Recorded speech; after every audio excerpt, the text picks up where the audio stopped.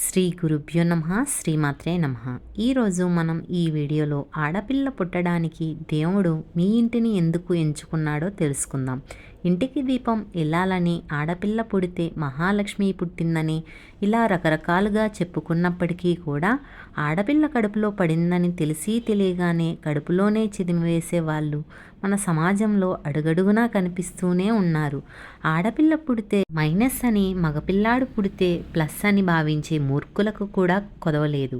ఆడపిల్లకు పెళ్లి చేసి అత్తారింటికి పంపించడం భారం ఫీల్ అయ్యే వాళ్ళు చాలామంది ఉన్నారు. ఆడపిల్లలు కేవలం అదృష్టవంతులకే పుడతారని తెలిస్తే అలాంటి వాళ్ళు ఖచ్చితంగా ఆశ్చర్యపోతారు. ఎవరైతే పూర్వజన్మలో దాన ధర్మాలు చేశారో, ఎవరైతే పుణ్యాత్ముల్లో వారి కడుపున మాత్రమే ఆడపిల్లలు పుడతారు. ఈరోజు మనం ఈ వీడియోలో భగవంతుడు ఆడపిల్లల్ని ఏ ఇంట్లోకి పంపిస్తారో, ఆయన ఆడపిల్ల తల్లిదండ్రులను ఎలా ఎంచుకుంటారో తెలుసుకుందాం. ఎలాంటి పుణ్యకర్మలు చేస్తే ఆడపిల్ల పుడుతుందో కూడా ఈ వీడియోలో మనం తెలుసుకుందాం. ఆడపిల్లలను మహాలక్ష్మి స్వరూపంగా భావిస్తారు. కురుక్షేత్ర యుద్ధంలో సమయంలో అర్జునుడు శ్రీకృష్ణుని ఎటువంటి పుణ్యకార్యాలు చేస్తే ఆడపిల్లలు పుడతారు అని అడిగాడు. అంటే ఎలాంటి ఇంట్లో ఆడబిడ్డ అడుగులు వేస్తుంది, ఆడపిల్లలను కనాలి అంటే తల్లిదండ్రులు ఏం చేయాలి అని అడిగారు. అప్పుడు శ్రీకృష్ణుడు ఎవరికైతే అదృష్టం ఉంటుందో, పూర్వజన్మలో ఎవరైతే పుణ్యం చేసుకున్నారో అలాంటి వారు మాత్రమే ఆడపిల్లలకు జన్మనిస్తారు అని చెప్పారు. ఆడపిల్లల భారాన్ని సహించగలిగే ఇళ్లల్లో మాత్రమే ఆడపిల్లలు జన్మిస్తారు. ఆడపిల్లల్ని ఎవరు పడితే వాళ్ళు పెంచలేరు.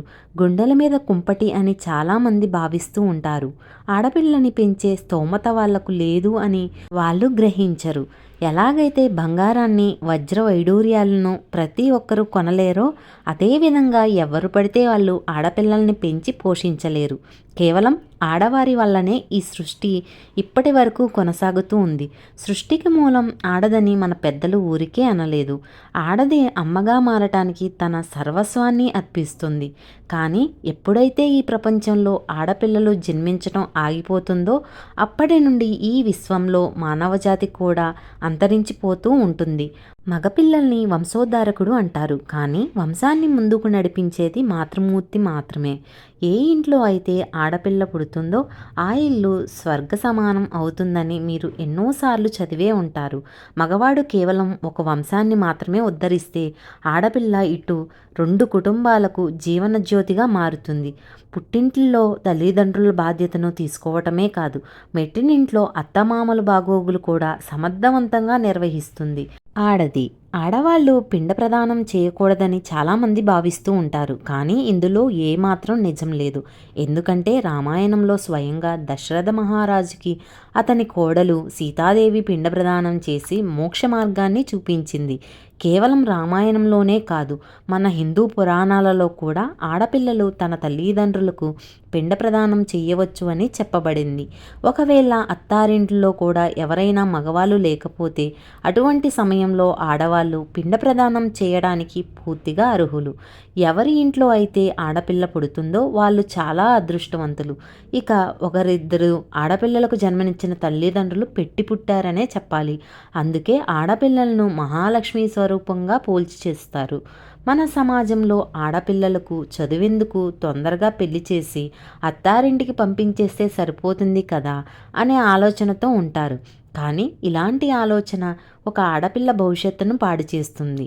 ఆడపిల్లలు కూడా జీవితంలో ఎన్నో సాధించాలని, తమ కలలను నెరవేర్చుకోవాలి అని అనుకుంటూ ఉన్నప్పటికీ కూడా వారి కలలు ఎప్పటికీ కలలుగానే మిగిలిపోతున్నాయి. ఆడపిల్లలు వాళ్ళ జీవితంలో ఏం కోరుకుంటున్నారు అది ఇవ్వటం తల్లిదండ్రులుగా వారి కర్తవ్యం. ఒక మగపిల్లాడి కంటే కూడా ఆడపిల్ల ఎక్కువగా కన్నవారి గురించి ఆలోచిస్తూ ఉంటుంది. అందుకే కంటే కూతుర్నే కను అని అంటూ ఉంటారు. ఆడపిల్ల తన తల్లిదండ్రులు ప్రేమించినంతగా మగవాడు ప్రేమించలేదు. ఆడపిల్ల పుట్టింది అంటే తప్పకుండా పండగ చేసుకోవాల్సింది. ఆడపిల్ల తన ఇంటిలో జన్మించటం తమ అదృష్టం అన్నట్లు తల్లిదండ్రులు కూడా ప్రవర్తించాలి. ఆమెను పువ్వుల్లో పెట్టుకుని చూసుకోవాలి. ఆడపిల్లలు ఎప్పటికీ భారం కాదు. తల్లిదండ్రుల అదృష్టాన్ని మార్చటానికి ఆడపిల్ల పుడుతుంది. ఇప్పుడు ఒక చిన్న పిట్ట కథ చెప్పుకుందాం. ఇద్దరు మిత్రులు చాలా కాలం తర్వాత కలుసుకున్నారు. వాళ్ళిద్దరూ తమ ఫ్యామిలీ గురించి మాట్లాడుకుంటూ ఉండగా మాటల మధ్యలో ఒక మిత్రుడు తనకు 2 మగపిల్లలు పుట్టారని ఎంతో ఆనందంగా చెప్పాడు. మరొక మిత్రుడు తనకు 2 ఆడపిల్లలే అని భగవంతుడి దయ వల్ల తాము ఎంతో సంతోషంగా ఉన్నామని చెప్పాడు. కానీ మొదటి మిత్రుడు అయ్యో 2 ఆడపిల్లలే పుట్టారా పాపం అన్నట్లు జాలిగా మాట్లాడాడు. అది విని ఆ ఫ్రెండ్కి కన్నీళ్లు ఆగలేదు. అప్పుడే అతని కూతురు అతని ఫ్రెండ్తో అంకుల్ ఆడపిల్లలు అదృష్టవంతులకే పుడతారు. దురదృష్టవంతుల ఇంటికి లక్ష్మీదేవి ఆడపిల్లల్ని ఎట్టి పరిస్థితుల్లోనూ పంపించదు.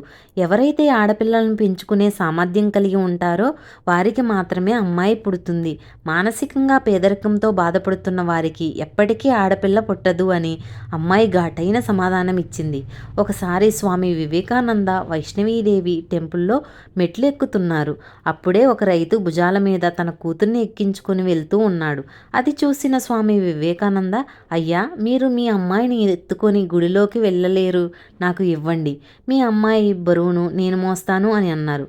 అప్పుడు ఆ వ్యక్తి అందరి ముందు స్వామి వివేకానందతో, ఆడపిల్ల ఎప్పటికీ కూడా ఒక తండ్రికి భారం కాదు.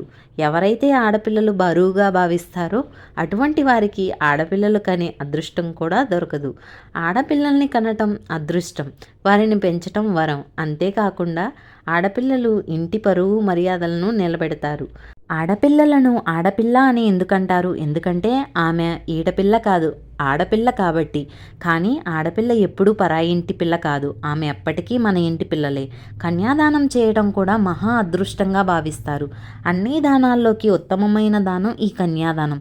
అయితే ఎలాంటి పుణ్యకార్యాలు చేస్తే ఆడపిల్లలుగా జన్మించి ఇంటికి దీపం అవుతారో కూడా మన పురాణాల్లో చెప్పబడింది. హిందూ ధార్మిక గరుడ పురాణం ప్రకారం ఒక ఆత్మకు కొత్త శరీరం లభించినప్పుడు శరీర నియమాలను బట్టి కర్మలలో చేయాల్సి ఉంటుంది. ఆ శరీరానికి తగిన పనులు చేస్తూ ఒక ఆత్మ తన జీవితాన్ని సార్థకం చేసుకుంటుంది. ఏ పురుషుడైతే మహిళల జీవించాలని ఆశపడుతూ ఉంటాడో ఆ పురుషుడు తన జీవితాన్ని నాశనం చేసుకుంటాడని కూడా గరుడ పురాణంలో చెప్పారు. అంటే ఆడపిల్ల స్వభావంతో ఆడపిల్ల చేసే పనులు ఏ పురుషుడైతే చేస్తూ ఉంటాడో అటువంటి పురుషుడు తన జీవితాన్ని వ్యర్థం చేసుకుంటాడు. ఎవరైతే చనిపోయేటప్పుడు స్త్రీలను తలుచుకొని చనిపోతారో అటువంటి వారు కూడా మరో జన్మలో ఆడవారిగా పుడతారు. ఒకవేళ చనిపోయే క్షణంలో ఎవరైతే భగవంతుడి నామాన్ని స్మరిస్తారో అటువంటి వారికి మోక్షప్రాప్తి కలుగుతుందని గరుడ పురాణంలో చెప్పబడింది. ఈ వీడియో కనుక మీకు నచ్చితే లైక్ చేయండి, షేర్ చేయండి, సబ్స్క్రైబ్ చేసుకోండి. అలాగే జై శ్రీకృష్ణ అని కమెంట్ చేయండి. మరొక మంచి వీడియోతో మీ ముందుంటాను. సర్వే జన సుఖినో భవంతు.